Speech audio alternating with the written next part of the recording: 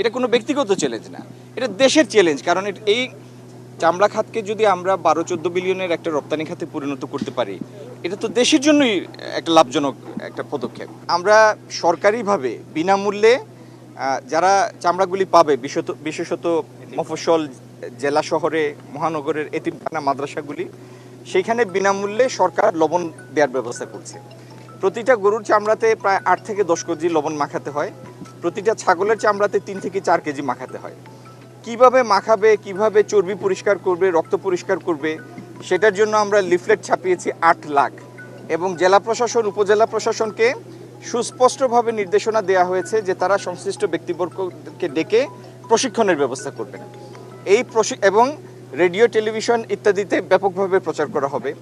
আগামী 2টি শুক্রবারে জুম্মার দিনে আমাদের সম্মানিত ইমাম সাহেবরা খুতবায় এবং তাদের বয়ানে এটি আবার মুসল্লিদের মনে করিয়ে দিবেন যে জাতীয় সম্পদ এটি রক্ষা করা, এটা তো আল্লাহর দেওয়া সম্পদ। তো এই নিয়ামত রক্ষা করার দায়িত্ব তো আমাদের সবার। সেই দায়িত্বের কথা তারাও মনে করিয়ে দিবেন এবং কিভাবে চামড়াকে সংরক্ষণ করা যাবে সেটিও তারা বলবেন। এইভাবে সবার সম্মিলিত চেষ্টায় এই বর্জ্য পরিশোধনাগারের এখনকার ক্ষমতার মধ্যেও আমরা আমাদের প্রতিটি চামড়াকে এই 3টার আর আগামী দিনে আমরা যেটা করব, বাংলাদেশের বিভিন্ন জায়গায়, বিশেষত যেগুলি কনসেন্ট্রেটেড এরিয়া, যেখানে বেশি কুরবানির পশু জবাই হয় এবং চামড়ার আধিক্য আছে, সহজলভ্যতা আছে, সেই সব জায়গায় আমরা সায়েন্টিফিক ওয়েতে স্লটার এবং সায়েন্টিফিক ওয়েতে এই চামড়া ছাড়ানোর ব্যবস্থা যদি আমরা করতে পারি আধুনিক পদ্ধতিতে, তাহলে চামড়ার গুণগত মানও রক্ষা হবে এবং বেশি বেশি আমরা উন্নত মানের চামড়া সংগ্রহ করতে পারবো। যদি সেই প্রক্রিয়ায় আমরা যেতে পারি, ইনশাল্লাহ যাব, তাহলে যে পরিমাণ চামড়া আহরণ করা যাবে তার পুরোটা যদি আমরা এক্সপোর্ট সেক্টরে কনভার্ট করতে পারি, তাহলে এটি এখনও প্রায় 12 বিলিয়নের একটা সম্ভাবনাময়। এটি তো এই ইটিপির প্রায় দ্বিগুণ ক্ষমতা। তো এখন এই ইটিপির কারেকশনের জন্য একটা প্রপোজাল নিয়ে আসার জন্য একটা স্টাডি করছে একটা ইউরোপিয়ান ইউনিয়নের অর্থায়নে একটা ইটালিয়ান প্রতিষ্ঠান। তাদের রিপোর্ট আমরা সপ্তাহ 2-এর মধ্যে পাবো আশা করি।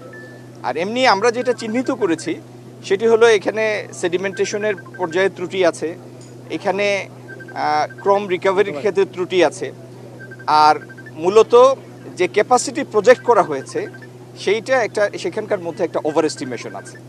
তো এই জিনিসগুলি আমরা চিহ্নিত করেছি এবং এটা সংশোধনের জন্য আমরা প্রয়োজনীয় ব্যবস্থা নিব।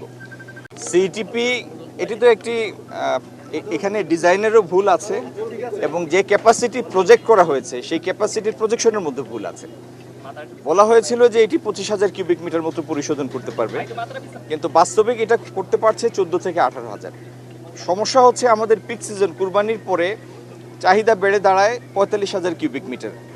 তো সে 1 নাম্বার। 2 নাম্বার হচ্ছে সামগ্রিক এই কমপ্লেক্সের পরিশোধন ক্ষমতা যেন বাড়ে, সেই জন্য মধ্যম এবং বড় আকারের যে ট্যানারিগুলি, এই ট্যানারিগুলি ইন্ডিভিজুয়ালি তাদের নিজেদের ইটিপি তারা স্থাপন করবে।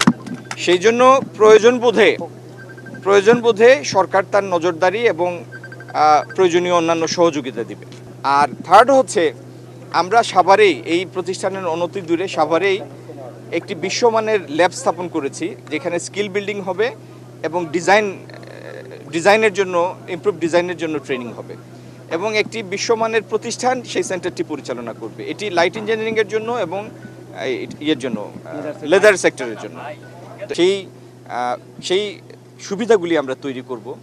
তৃতীয়ত হচ্ছে আমাদের এখান থেকে বহির্বিশ্বে যে চামড়াজাত পণ্য যায়, সেই পণ্যের আধুনিক ডিজাইন ইউরোপ আমেরিকার বাজারের জন্য যেন আকর্ষণীয় হয়, সেরকম উন্নত মানের ডিজাইন এবং স্কিল বিল্ডিংয়ের জন্য পাশাপাশি আমরা একটা পদক্ষেপ নেব। আমাদের বিশ্বাস এই কাজগুলি করলে যে পরিমাণ চামড়া পাওয়ার সুযোগ বাংলাদেশে আছে, যে পরিমাণ কুরবানির পশু জবাই হয় এবং সারা বছরে যে পরিমাণ চামড়া আহরণের সুযোগ থাকে, তাতে এই সেক্টরটিকে রপ্তানি খাতের জন্য একটা $12 বিলিয়ন খাতে রূপান্তর করা, এটা মোটেও কোনো আকাশকুসুম পরিকল্পনা না, এটা সম্ভব। তো এটি আমরা লক্ষ্য স্থির করেছি এবং আগামী দিনে আপনাদের সবাইকে নিয়েই